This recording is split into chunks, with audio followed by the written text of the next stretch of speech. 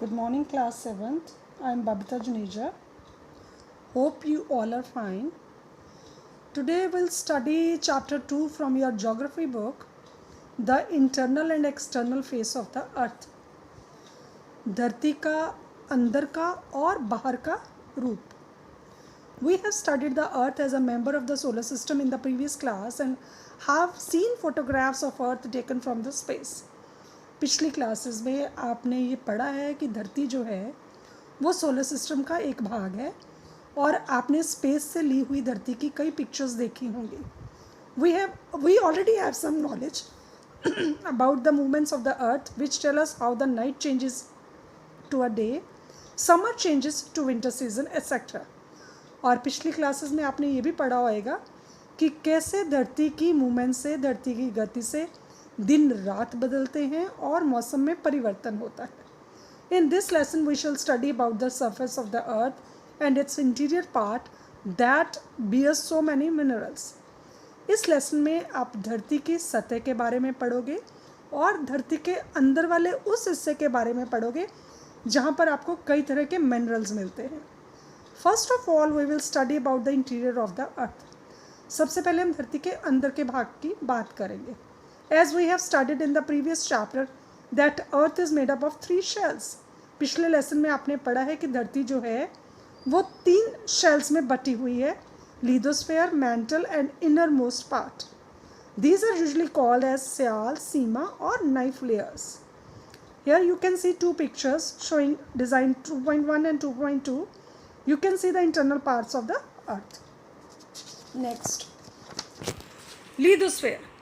It is the rigid part of the earth crust that is called as Sial.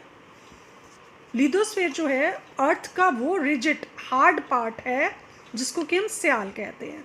The thickness of this part is about 100 kilometre.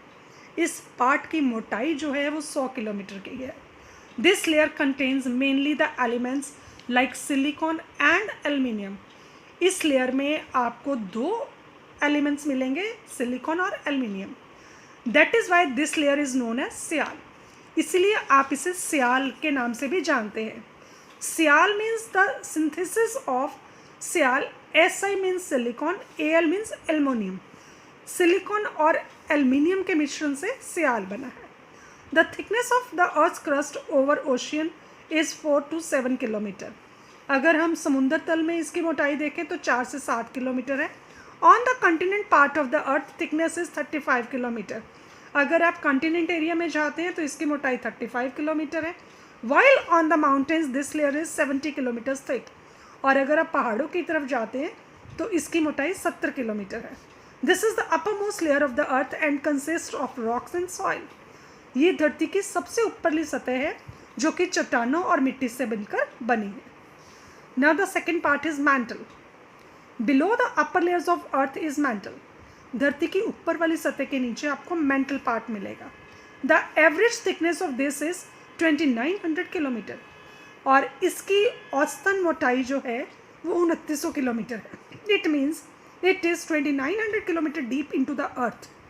इसका मतलब है ये धरती में 2900 kilometre गहरी है. The thickness of this layer is not the same at all the places. सभी जगह पर इसकी मोटाई एक जैसी नहीं है. This is again divided into 2 parts. आगे ये दोबारा फिर 2 भागों में विभाजित है, the upper mantle and the lower mental. The upper mantle is 100 kilometre deep into the earth. जो अपर मेंटल है उसकी गहराई जो है धरती से 100 किलोमीटर है. The mantle is also known as sima. अब मेंटल लेयर को भी हम सीमा कहते हैं. This layer of the earth is mainly made up of silicon and magnesium. इसको सीमा इस वजह से कहा जाता है क्योंकि इसमें आपको सिलिकॉन और मैग्नीशियम मिलता है. That is why it is called sima. For example sima is synthesis of 2 words silicon and magnesium. Sima where Si stands for silicon while Ma stands for magnesium. Therefore C plus Ma is equal to Seema. Hope you understood. Next, the core. The innermost part of the earth is called core. धरती के सबसे अंदर वाली सतह को हम core कहते हैं. The thickness of this part is approximately up to 34,070 kilometre. अब इस भाग की मोटाई जो है अप्रॉक्सीमेटली लगभग 3470 किलोमीटर है. This is also divided into 2 सब parts. Outer core and inner core. इसको भी हम दो भागों में डिवाइड कर सकते हैं, आउटर कोर और inner core. The core known as nife, इस भाग को हम नाइफ के नाम से जानते हैं। मेनली कंसिस्ट ऑफ 2 एलिमेंट्स, इसमें 2 एलिमेंट्स हैं, nickel and ferrous. As the nife is the synthesis of 2 words, nickel and ferrous, while Na stands for nickel and F stands for ferrous. These elements are in molten and viscous state. ये जो elements हैं आपको मॉल्टन लावे के रूप में यहाँ पर मिलेंगे। When we go deep into the earth, the temperatures of the inner layers more than upper layers. The temperatures of the inner layers more than upper layer. जब आप धरती की गहराई में जाते हैं तो जो तापमान है धरती की हर लेयर का और गर्म होता चला जाता है। Due to this heat of the earth surface, earth ruptures and rifts, इसी की वजह से धरती में बदलाव आते रहते हैं। Through these ruptured surface the मॉल्टन materials from the inner side of the earth comes out in the form of lava. और कई जगह पर, कई सतह पर यही जो मॉल्टन मटेरियल धरती के अंदर है, पिघलता हुआ मटेरियल जो धरती के अंदर है, कई सतह पर ये लावा के रूप में बाहर आ जाता है। When this happens on the ocean shelfs, और जब ये लावा समुद्र की सतह पर बाहर आता है, a new layer is formed after cooling, ठंडा पड़ने पर ये एक नई सतह जमा देता है।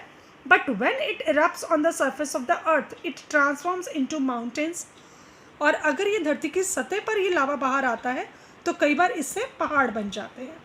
Fujiyama mountains of Japan are the specific example of such volcanic eruption.